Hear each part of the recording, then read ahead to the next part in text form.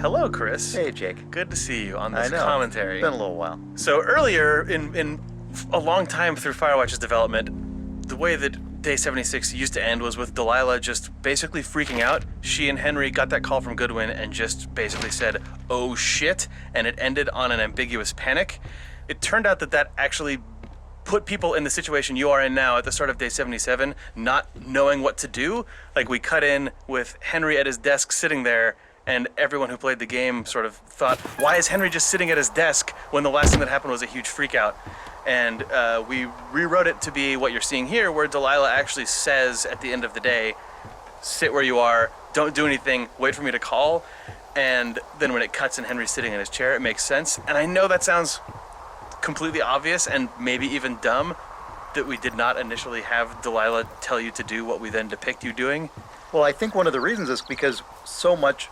This speaks to one of the biggest challenges, honestly, in designing the narrative for this game, which is a first-person game that also skips time. Mm-hmm. You know, in a movie, when a movie skips time, you can have the characters have done all sorts of things, and the viewer can catch up on that later, and there's tension in not knowing what happened in the missing time.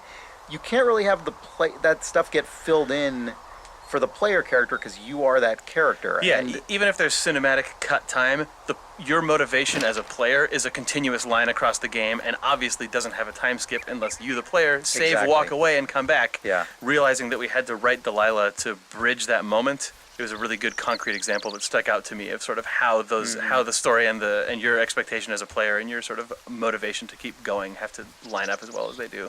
This scene was another big challenge because that whole chain of her getting you to Cottonwood Creek by way of this sort of ruse that she sets up, there were a lot of players we found who figured out what she was getting at before you actually went through all the little steps and immediately said, "Oh, Cottonwood Creek," and they left. And then Delilah was like, "Tell me when you see the thing on the poster." Yeah. And then I'd get another big challenge of how to sync up player intention and awareness with character intention and awareness. Really big challenge in this game overall. Anyway, look at that poster.